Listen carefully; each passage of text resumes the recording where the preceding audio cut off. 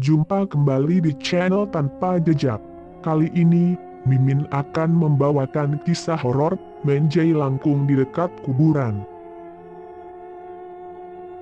Dulu, zaman saat saya masih bujang di tahun 1990-an, ada sebuah permainan tradisional yang berkaitan dengan dunia gaib atau dunia makhluk halus yang dikenal dengan nama permainan jalangkung di kampung saya. Permainan ini sering saya lakukan bersama kawan-kawan saya pada malam hari dengan mengambil lokasi di lapangan badminton yang berada di sebelah utara areal pemakaman umum alias kuburan. Apa itu permainan jalangkung? Jalangkung adalah sebuah permainan dengan menggunakan alat tempurung kelapa dan bambu yang dibentuk boneka seperti orang-orangan, manusia, yang bagian dadanya ditambahi sebatang kayu atau bambu yang ujungnya dipakai untuk mengikat kapur sebagai alat tulis. Media yang dipergunakan untuk menulis adalah sebuah papan tulis hitam yang dibuat dari kayu serta penghapusnya. Selain itu ada ubor rampe yang lain berupa dupa atau hio dan kembang telon, kembang atau bunga 3 macam, biasanya mawar, melati dan kantil, sebagai sarana kelengkapan permainan jalangkung ini. Media dan ubor rampe untuk acara permainan ini awalnya dibeli secara patungan bersama-sama antara saya, Kang Pancul, yang jadi pawangnya, si John, si Wom, dan si S. Cara memainkannya dilakukan oleh dua yang dimulai dengan meletakkan kembang telon yang telah dibuka tadi lalu membakar dupa.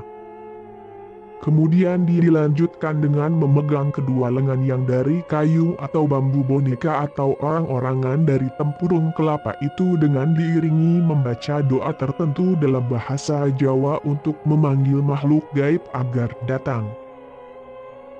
Jika telah berhasil diundang datang dan masuk ke boneka jalangkung tersebut, yang ditandai dengan semakin beratnya bobot boneka itu serta sudah muncul adanya gerakan-gerakan yang dari boneka tersebut baik ke depan maupun ke belakang, berarti permainan menulis di papan tulis oleh jalangkung bisa segera dimulai.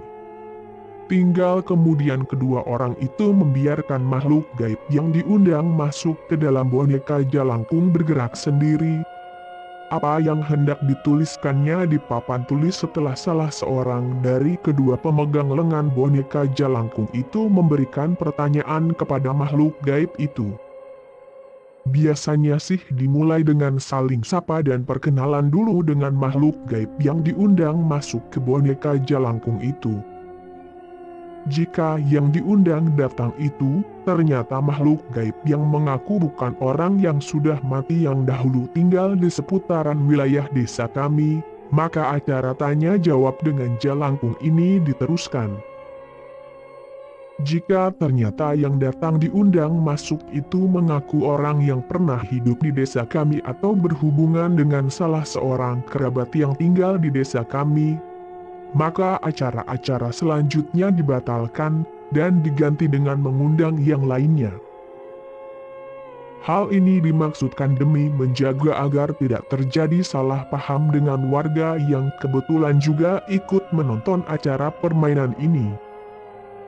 Dari sekian makhluk gaib yang berhasil diundang datang, yang paling lucu dan suka bergurau adalah makhluk gaib yang bernama Mbah Jembe.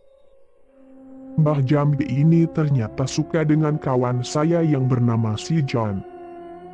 Kalau pas si John ini datang, mesti langsung didapuk memegangi salah satu tangan boneka jalangkung dan nanti Mbah Jambi akan langsung diam ngambruk mesra sebentar dan lalu menyapanya melalui tulisan di papan tulis yang sudah disediakan. Selanjutnya terjadi tanya jawab yang lucu antara si John dan Mbah Jambe ini yang diselingi dengan pertanyaan-pertanyaan dari penonton yang lainnya. Suasana jadi meriah.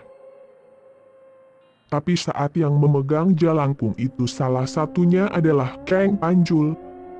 Makhluk gaib yang datang diundang ini biasanya kalau nggak Mbah Macan Ireng yaitu menggung alap-alap yang muncul. Kalau salah satu ini yang muncul, suasana jadi sedikit menegangkan karena kedua tamu yang diundang ini jenisnya galak. Apalagi kalau yang datang tuh menggung alap-alap, yang datang bersamaan dengan munculnya angin yang cukup kencang, suasana jadi hening dan tanya jawab pun hanya sebentar saja. Dan selanjutnya acara kudu rehat dulu barang sejenak baru kemudian ganti mengundang yang lainnya yang sekiranya tidak galak. Namun sayangnya acara permainan Jalangkung ini, walau terhitung ramai pengunjungnya hingga kampung sebelah utara, barat, dan timur banyak yang datang melihat, harus segera berakhir. Masalahnya acara ini kemudian dibubarkan oleh Kang Har, guru ngaji yang ada di kampung saya. Tapi yang namanya anak muda, kami tidak kurang akal.